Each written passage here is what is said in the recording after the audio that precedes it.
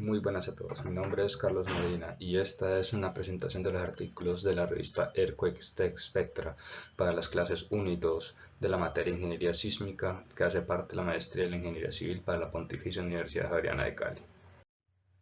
El primer artículo es llamado La descripción general del terremoto de Haití del año 2010. Este fue hecho por Reginald Strauss, Mary Comercio, Mark Eberhard, Walter Mooney y Glenn Riggs. El 12 de enero de 2010, a las 4:53, un terremoto de 7.0 en magnitud de momento se registró en Haití, a 25 kilómetros del sur de Puerto Príncipe, causando más de 300.000 muertes, 1 millón de desplazados y la destrucción de la mitad de las estructuras del área epicentral. Este artículo hace una descripción de los factores históricos, sismológicos, geotécnicos, estructurales y varios factores que contribuyeron a esta catástrofe. Aquí en la imagen se muestra todas las fallas que hacen parte de Haití, de la isla española, y la falla Enriquillo, que es la causante principal de los terremotos en Haití. Haití tiene terribles condiciones económicas combinadas con sus antecedentes históricos que contribuyeron a su daño sufrido. Al liberarse de Francia como colonia, tuvieron que pagar indemnizaciones. Esto generó que entrara un círculo de pobreza y desgobierno que continúa actualmente. El país más pobre del hemisferio occidental, no tiene agua potable, el 1% de la población no tiene electricidad, más del 9% de la población vive con menos de $1. Tiene muy poca o nula preparación ante sismos, tiene pocos sismólogos y ninguna red sísmica en el país, no aplican los códigos sismos resistentes de construcción.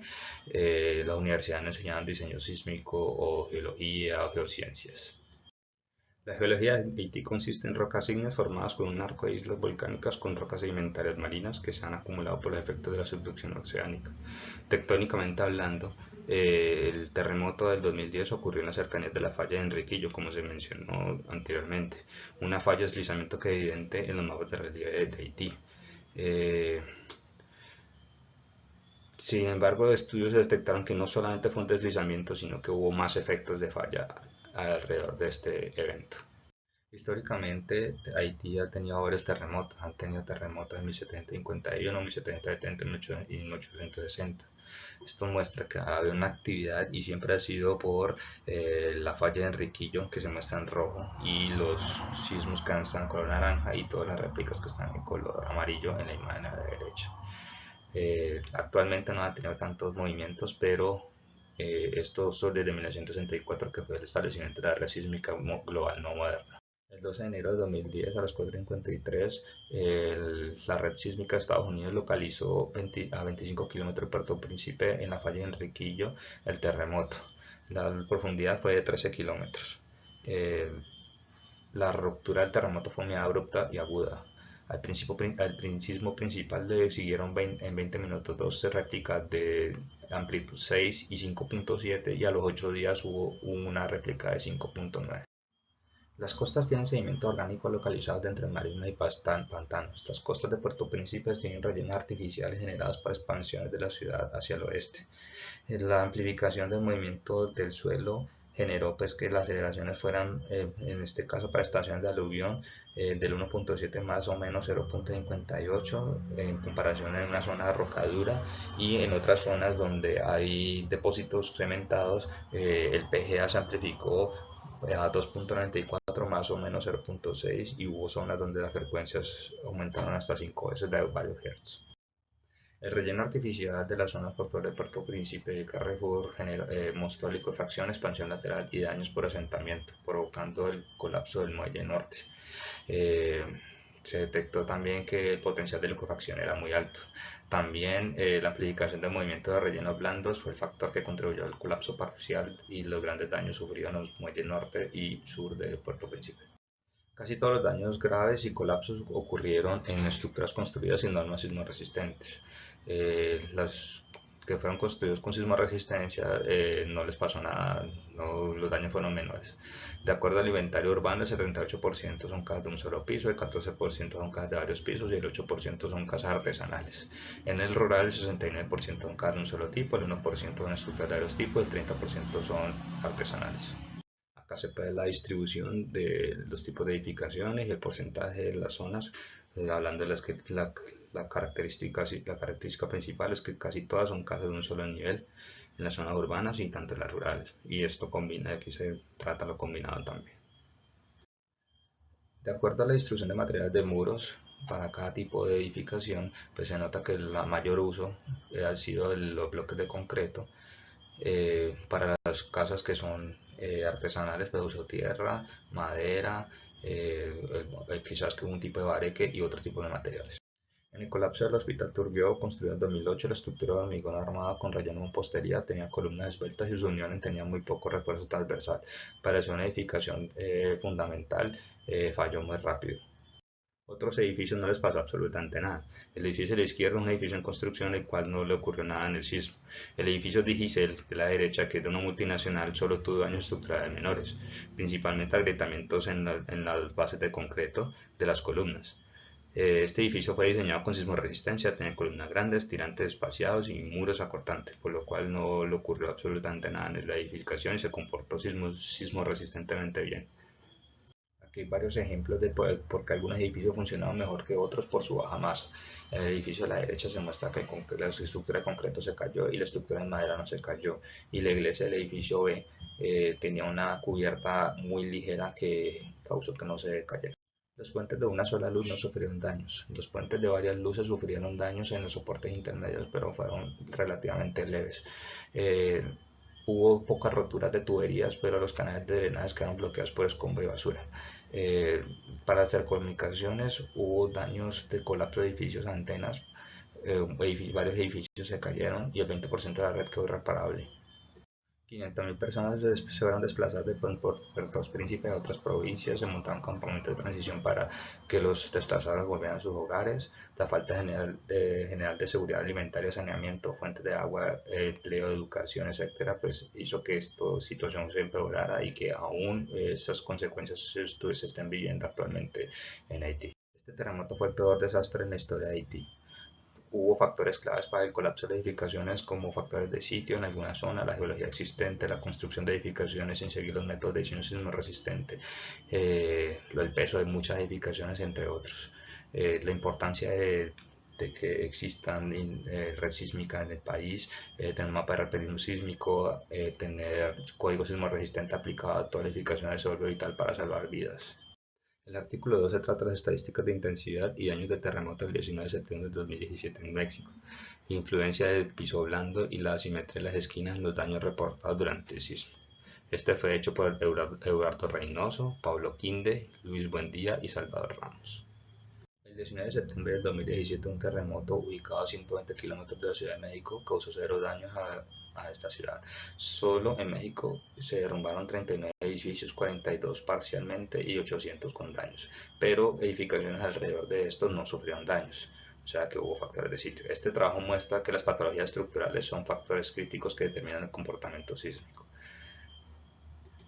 La Ciudad de México se ubica debajo del antiguo lago Texcoco, por lo tanto en algunas zonas la profundidad de estos depósitos de arcilla alcanza algunos metros. Y todo esto pues generó que hubo una amplificación muy grande hacia las zonas de las colinas. En la imagen de la derecha se muestran las mapas de pseudoaceleración para los periodos de 1 segundo, 1.5, 2 y 3, mostrando pues que para los 0.6 y 1.5 las mayores intensidades se mostraron allí, que se muestran en rojo y en amarillo. Y los daños donde hubo menos, son en las zonas donde hubo menos daños fueron donde están los periodos a 3 segundos. Las demandas más altas se calcularon donde el periodo del suelo dominante está entre 1.0 y 1.8 segundos, coincidiendo con el área con mayor cantidad de daños, que es donde está más blanquito en la imagen. En la imagen a la derecha se muestra la huella de daños para los terremotos de 1957, 1969, 1985 y de 2017, mostrando pues que hubo una aceleración que para el periodo de 0.5 es donde hubo más daños que en la zona donde está en color blanquito, y los daños totales y parciales se muestran con las cruces y los punticos. Los efectos de sitios fueron importantes para la caracterización de los daños. En las localidades de Benito Juárez y Cuauhtémoc son las zonas donde más hubo daños. Eso pues, hizo pues, que se generara una caracterización del sistema estructural donde más daños hubo, y las losas planas son las estructuras que más daños tuvo con el 47.2%. Se hizo un análisis estadístico en las áreas de estudio, que está en el color rojo de la imagen a la derecha, donde incluye la ubicación de la estación de la acelerométrica CL, CI05 y edificios con diferentes niveles de daño. 1923 edificios con daño nulo, ligero, moderado, severo y total. En la imagen a la derecha se muestran las estadísticas de construcción para el área de estudio del caso, donde muestra el número de pisos, las edificaciones por número de pisos, en la década en que construyeron, la ocupación y el sistema estructural. En la imagen a la derecha se hace un comparativo de los tipos de estructuras, el número de edificios dañados y el tipo de daño, ligero, moderado, severo y total, y la aceleración, que va entre un rango entre 200 y 400 centímetros sobre segundo al cuadrado. Para la influencia de las dos patologías principales para el patrón de daño, pues se muestra la misma imagen de aceleración versus el daño.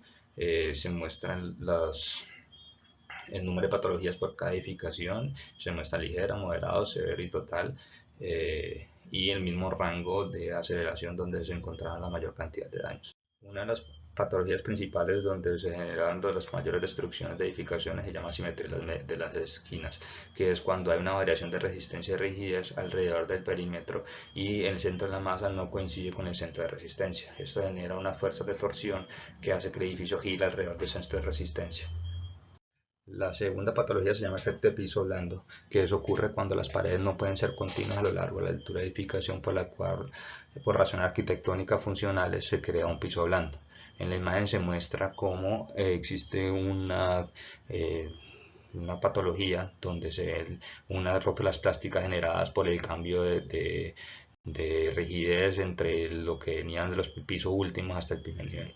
Este es un resumen del resultado de la estimación de daños, donde se muestran cómo fue caracterizar las edificaciones para las patologías de asimetría en las esquinas y piso blando, mostrando que cuando se caracteriza piso blando con calificación alta, donde más se producen los daños, y lo mismo para cuando se califica la patología piso blando para alta.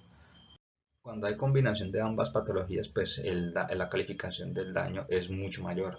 Entonces aquí se nota pues en esta imagen que cuando hay eh, piso blando alto y cuando hay defecto en las esquinas alto, pues hay un daño del 31.7%.